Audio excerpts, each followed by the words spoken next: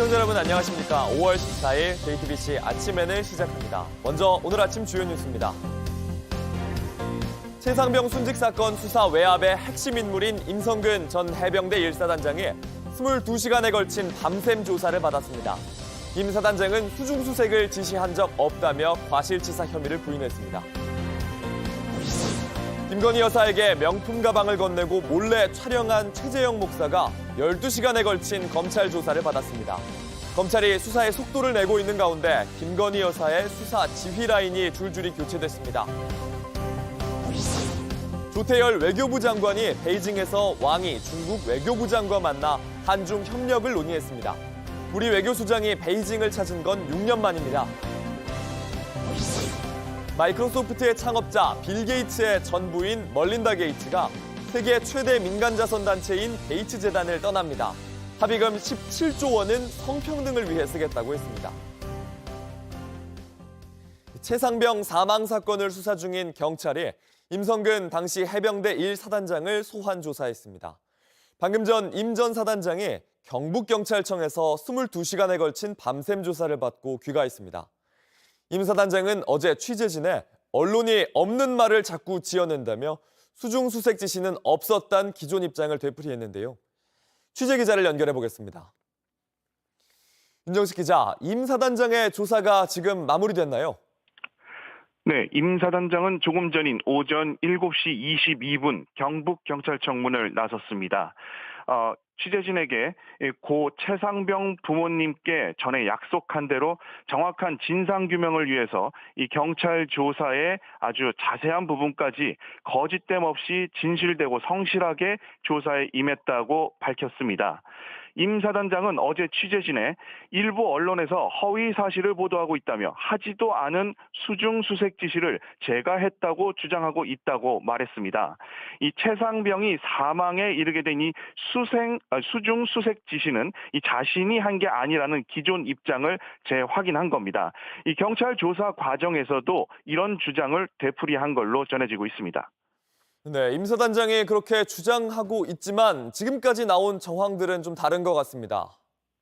네, 그렇습니다. 이 JTBC가 연속 보도한 이 현장 지휘관들의 대화 내용을 토대로 보면 그렇습니다. 이 최상병 실종 하루 전날과 당일에 이 현장 지휘관들은 임 사단장의 무리한 수색 지시 때문에 비가 많이 오고 있지만 현장에서 철수가 힘들다는 취지의 말을 한 부분이 바로 그 부분입니다. 이 당시 임 사단장 말대로 이 수색 작전을 총지휘하는 통제권은 육군 2작전사령부에 있었습니다. 하지만 임 사단장은 이후에 이 해병 제2신속 기동부대에는 수색을, 그리고 최상병이 소속된 포병여단에는 복구작전을 명령하는 문건에 직접 서명했습니다. 이 사건 초동 수사를 맡은 해병대 수사단은 이런 증거들을 바탕으로 임 사단장이 권한이 없는데도 무리한 작전을 지시해서 사망사고가 났다고 판단했습니다. 이번 조사로 윗선 외압 의혹이 얼마나 밝혀질지가 관심입니다. 이 JTBC 윤정식입니다. 윤석열 대통령의 부인 김건희 여사에게 명품 가방을 건네고 몰래 촬영한 최재형 목사가 12시간에 걸친 조사를 받았습니다. 최 목사는 아무것도 받지 않았으면 아무 일도 일어나지 않았다며 판단은 검찰의 몫이라고 밝혔습니다. 박현주 기자입니다. 윤석열 대통령 부인 김건희 여사에게 명품 가방을 전달한 최재형 목사.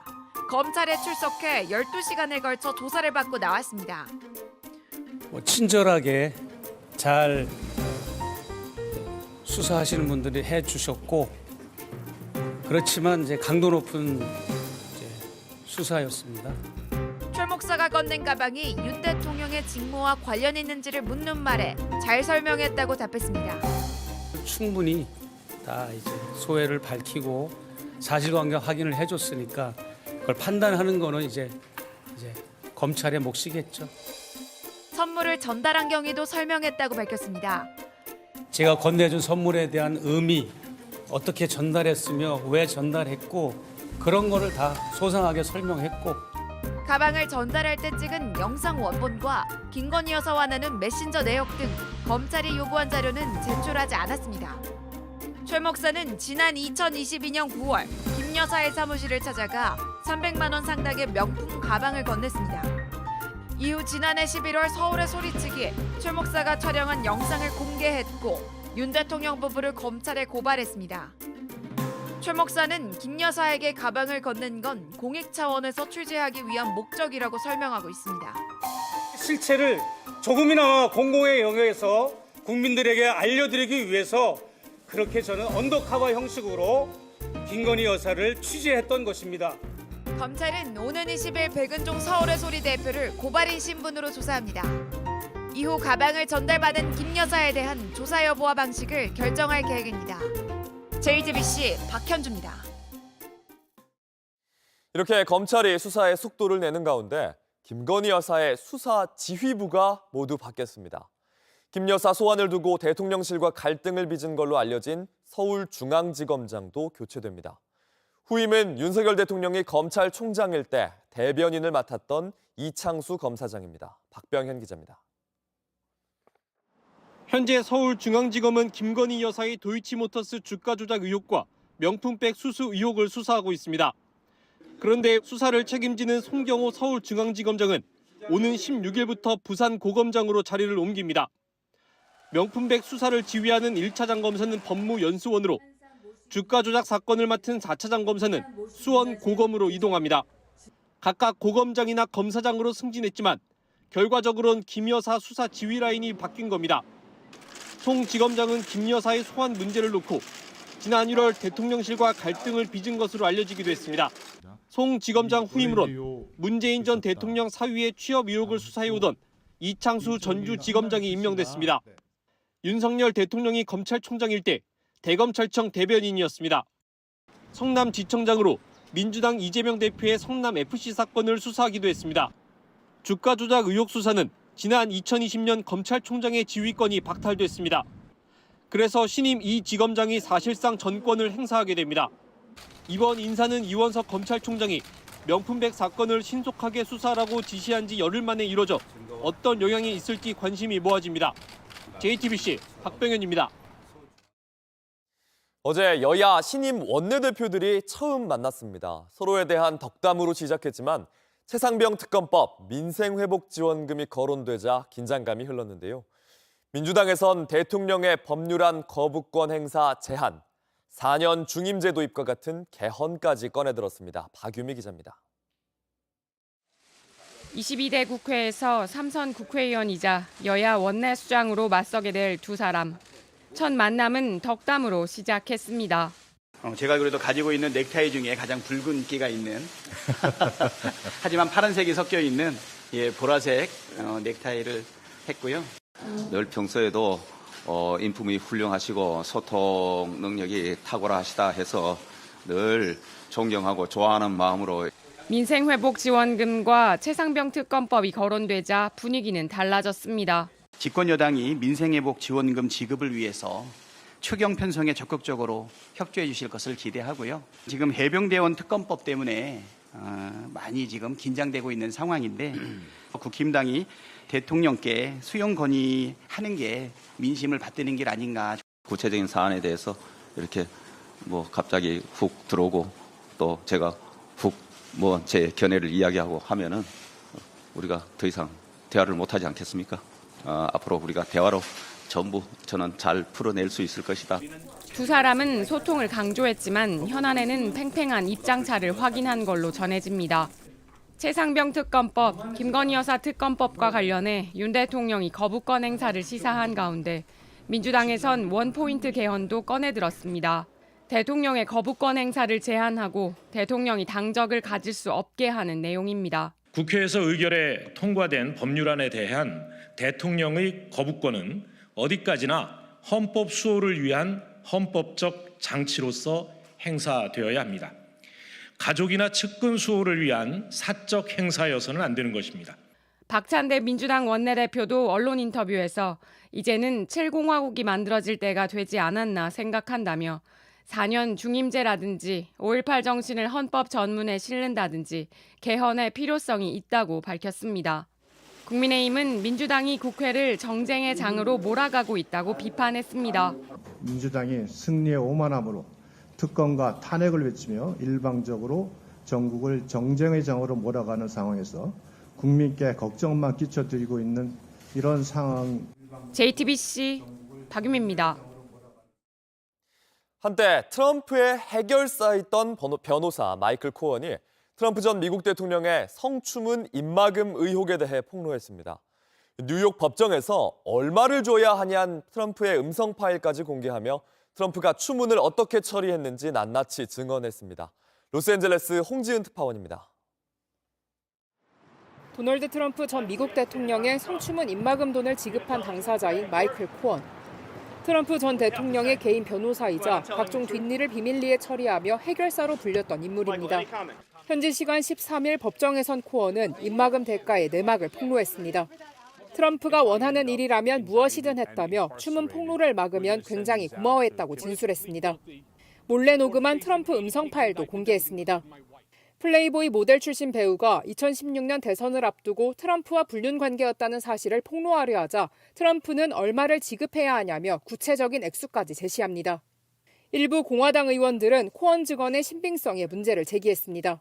This guy is a convicted felon who admitted in his testimony that he secretly recorded his former employer. Does any reasonable, sensible person believe anything that Michael Cohen says? I don't think that they should. 3주 넘게 형사재판을 받고 있는 트럼프 전 대통령은 선거 개입이라고 거듭 주장했습니다. This trial is rigged. It's dishonest. It's a disgrace to New York. It's a disgrace to the country. I should be out campaigning now instead of sitting in a very cold courthouse all day long. 불리한 상황에서도 트럼프 전 대통령은 대선 승패를 좌우할 경합주에서 대부분 바이든 대통령을 앞서는 것으로 나타났습니다. 로스앤젤레스에서 JTBC 홍지은입니다. 마이크로소프트의 창업자 빌 게이츠의 전부인 멀린다 프렌치 게이츠가 자선단체 게이츠 재단을 떠나기로 했습니다. 합의에 따라 17조 원을 받게 됐는데 앞으로 성평등을 위한 사업 등에 쓰겠다고 밝혔습니다. 워싱턴 김필규 특파원입니다. 세계 최대 규모의 민간 자선단체 빌 앤 멀린다 게이츠 재단의 공동의장인 멀린다 프렌치 게이츠가 자리에서 물러난다고 밝혔습니다. 마이크로소프트의 창업자 빌 게이츠의 전 처인 그는 재단을 떠나면서 125억 달러, 약 17조 원을 받게 됐습니다.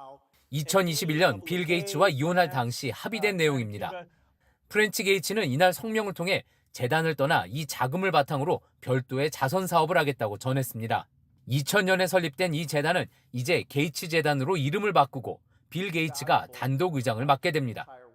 이 재단의 최고 경영자인 마크 수즈먼은 이번 결정이 재단 활동에 영향을 주지 않을 거라고 강조했습니다. That Melinda French Gates has decided to resign from her role as co-chair of the foundation. But I want to reassure you that the foundation's mission remains the same. To create a world where every person has the opportunity to live a healthy and productive life.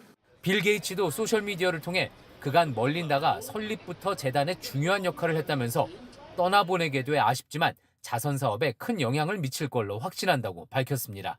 워싱턴에서 JTBC 김필기입니다. 일본의 국민 메신저가 된 라인을 향한 일본 정부의 압박은 3년 전부터 시작됐습니다. 네이버와 소프트뱅크의 경영이 통합됐을 때부터 일본 정부는 라인으로 기밀 정보를 다루지 말라면서 라인의 보안을 문제 삼았습니다. 대통령실은 어제 공개적으로 단호하게 대응하겠다고 처음 입장을 밝혔습니다. 윤세민아 기자입니다. 라인에 대한 일본 정부의 행정지도는 2021년 4월로 거슬러 올라갑니다.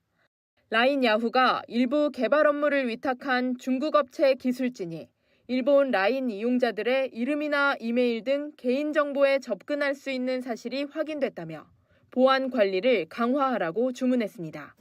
실제 개인정보 유출은 확인되지 않은 상황이었습니다. 동시에 총무성은 정부기관과 지자체 공무원들의 라인 사용 실태 조사를 벌였습니다. 그 결과 23개의 정부기관 중 18곳에서 1,780여 개의 지자체 중 1,100여 곳에서 라인으로 업무를 보고 있는 것으로 조사됐습니다. 당시 코로나19 유행과 백신 접종 문제 등으로 데이터 관리 기술 등의 필요성이 대두되던 시기였습니다. 일본 정부는 조사 결과를 바탕으로 라인으로 기밀이 요구되는 정보를 취급하지 말라는 가이드라인을 내려보냈습니다. 공무원이 개인 계정으로 업무 연락을 주고받는 것도 보안 정책에 따라 인정할 수 없다고 했습니다. 사실상 공적 업무에 라인을 사용하지 말라는 지침을 내린 겁니다. 공공 영역에도 들어가 있어요. 일본 내에 이제 다른 나라가 플랫폼을 갖고 있고 거기에 대한 통제가 가능하지 않다. 이렇게 보면 일본이 그것에 대한 나름대로 부담감을 가질 수밖에 없는 부분이 있다. 시점상 네이버와 소프트뱅크가 50%씩 지분을 출자해 라인 야후의 통합 운영사인 A홀딩스를 출범시킨 지 한 달가량 지난 시점이었습니다. 올해 2차례 나온 일본 정부의 이례적인 행정지도가 이미 3년 전부터 준비된 것 아니냐는 의구심이 나오는 대목입니다. JTBC 윤세민입니다. 통장 잔고증명서를 위조한 혐의로 실형을 선고받고 수감 중인 윤석열 대통령의 장모 최은순 씨가 오늘 출소합니다.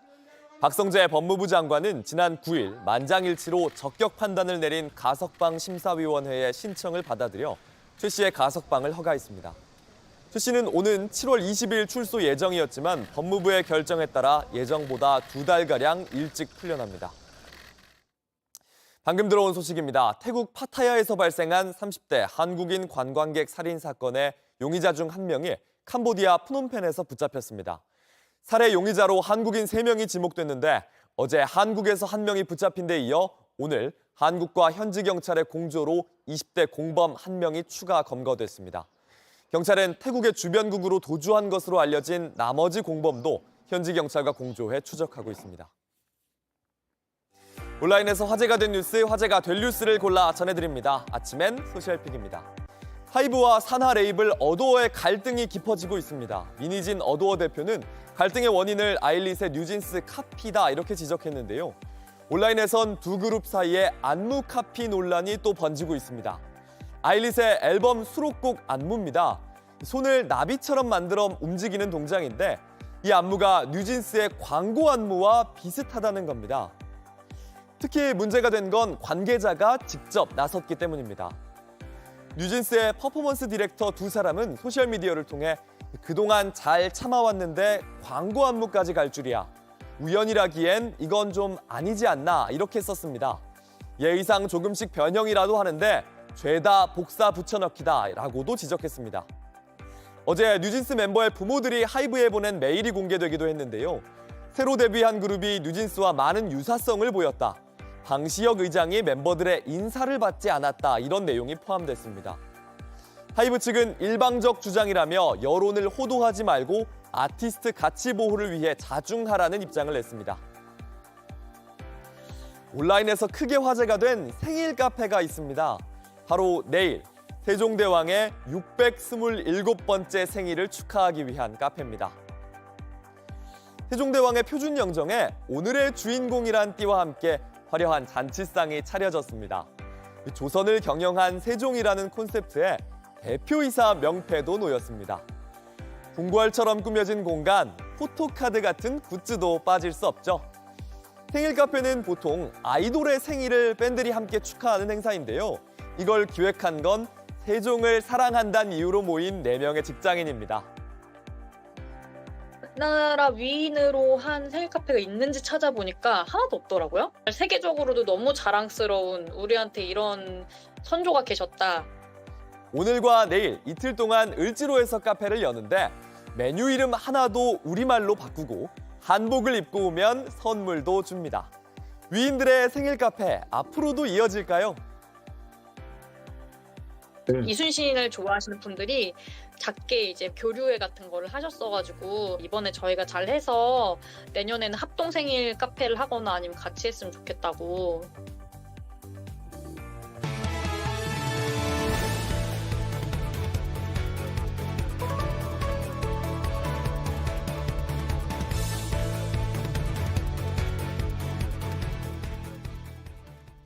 우리 외교부 장관이 6년 만에 베이징을 찾아 왕이 중국 외교부 장과 만났습니다. 어려운 한중 관계 속에서 우리는 얽혀있는 실타래를 풀자고 했고 중국은 한중 관계 발전은 국민들의 염원이라고 했습니다. 조태열 장관은 중국의 탈북민 강제 북송에 대해서도 협조를 요청했습니다. 박현주 기자입니다. 밝은 표정으로 악수를 나누고 서로 어깨를 감싸며 회담장으로 향합니다. 조태열 외교부 장관이 왕이 중국 공산당 외사판공실 주임의 초청으로 베이징을 찾았습니다. 조 장관은 양국 간 얽혀있는 실타래를 하나씩 풀자고 말했습니다. 지정학적 환경 변화에 따른 양국 관계의 제약 요인을 최소화하고 갈등보다는 협력에 초점을 맞추어 왕 부장도 한중 관계 발전은 서로에게 이익이란 점을 분명히 했습니다. 这说明中韩建交和发展关系符合时代潮流，也体现了人民的意愿。 이달 말 서울 개최로 조율 중인 한중일 3국 정상회의의 일정을 협의하고 소통하기로 했습니다. 중국의 탈북민 강제 북송에 대해서도 의견을 나눴습니다. 조 장관은 국내외 우려를 전달하고 탈북민들이 원하는 곳으로 갈 수 있도록 중국의 관심과 협조를 요청했습니다. 한국 외교소장의 베이징 방문은 2017년 11월 이후 6년 반 만입니다. 이번 방중으로 한중 관계 발전에 계기를 마련할 수 있을지 주목됩니다. JTBC 박현주입니다. 한 초등학생이 직접 제보했던 5.18 광주 민주화 운동을 폄훼한 게임 기억하시죠? 이 게임 사실은 고등학생들이 모여서 만들었는데 시민들끼리 싸우고 북한군까지 등장시킨 이유. 게임이 자극적일수록 돈을 더 벌 수 있었다는 거였습니다. 정혜성 기자입니다. 역사를 왜곡하고 5.18 광주 민주화 운동을 폄훼한 그날의 광주는 고등학생 6명을 주축으로 운영됐습니다. 취재진은 연락이 닿은 핵심 개발자에게 게임을 만든 이유를 물었습니다. 학생이다 보니까 돈이 궁하고 한 달에 35에서 40, 한 5에서 10% 정도 인센티브 들어가는 거에다가 기분 좋으면 돈 좀 더 줘요. 게임이 자극적일수록 회원은 늘었고 돈도 더 모였습니다. 시민들끼리 싸우게 하고 북한군도 등장시킨 이유입니다. 광주시 대투벌 작전이라고 또 막 거기에 있는 민간인들 다 죽이는 이벤트도 있었고. 그런 이벤트 하면 초등학생들이 많이 왔어요? 뭐 거의 접속하는 사람이 2배로 뛰긴 하죠. 그러는 사이 회원 수가 15,000명을 넘었습니다. 역사 왜곡하는 이유가 뭐예요? 돈 벌려고? 돈 벌려는 것도 있고 관심 받으려고 하는 일들도 많아요. 파장이 커지자 긴급 점검에 나선 정부는 최근 5.18 역사를 왜곡하는 게임을 또 적발했습니다. 미국 로블록스 측도 부적절한 게임 모니터링을 위해 글로벌 번역 능력을 갖춘 AI 안전팀을 확대하겠다고 했습니다. 이번 사태 첫 제보자인 초등학생 이호진 군은 광주시청 등에서 표창장을 받았습니다. 호진 군은 유가족들에게 상처를 주는 가짜뉴스 게임이 더는 나오지 않았으면 좋겠다고 했습니다. JTBC 정혜성입니다. 지하철역 입구에 붙어있는 독수리 사진이 화제가 된 적이 있습니다. 역에 몰려든 비둘기를 쫓아내기 위해 서울교통공사가 쓴 묘책이었는데요. 큰 효과가 없었는지 사진 대신 대대적인 대책 마련에 나섰습니다. 신진 기자입니다. 지금은 혐오와 조롱의 대상이지만 한때는 야생동물이었습니다. 애초 해안가 절벽이나 울창한 숲에 살던 비둘기. 마구 잡아다 행사 때마다 날리고 도심에 풀어 갈 곳 없게 만든 건 사람입니다. 서울에만 4만 마리 넘게 삽니다. 입구마다 빵집에 아무데나 음료수가 버려진 지하철역으로 들어가는 건 어쩌면 당연합니다. 하지만 민원이 많으니 역사로선 골치입니다. 지난 1년 동안 서울교통공사가 받은 비둘기 관련 민원은 131건. 합정역, 신도림역, 왕십리역 순으로 많았습니다. 한강과 거리가 가깝고 승객들이 먹이가 될 만한 것을 자주 흘리는 환경이란 점이 비슷했습니다. 사람이 딱 앞에 오면 코앞에 쫙 날아버린다. 호흡기가 불편해가지고. 합정역 입구엔 독수리 사진을 붙였습니다. 신도림역은 황조롱이 모형을 매달고 스피커로 울음소리를 내보냈습니다. 근데 과학적인 근거는 제가 봤을 때 장담할 수는 없고 일시적인 건지 몰라도 하여튼 비둘기가 많이 줄었어요. 그래도 비둘기를 완전히 쫓진 못합니다. 시민들은 몸서리치면서도 한편 안쓰러워합니다. 쓰레기통에 음식물 떨어지는 것도 먹고 있었고 꺼내주고 싶긴 했어요. 역사로 들어오지 못하게 하되 살아가게 했으면 하는 겁니다. 서울교통공사가 대책을 마련했습니다. 새가 앉지 못하게 뾰족한 침을 35곳 역사에 설치하고 있습니다. 이렇게 투명창으로 된 지하철 출입구엔 새들이 부딪혀 죽기도 합니다. 충돌 방지 필름을 붙여 접근을 막기로 했습니다. 철망도 설치합니다. 다 없앨 수 없다면 천천히 줄여가며 공존할 방법을 찾아야 합니다. JTBC 신진입니다. 오늘은 전국이 맑은 가운데 여전히 낮과 밤의 기온차가 큽니다. 아침 기온은 10도 안팎인데 낮 기온은 서울 24도 등 22도에서 29도 사이로 예보됐습니다. 부처님 오신 날인 내일은 전국에 비가 내리겠습니다.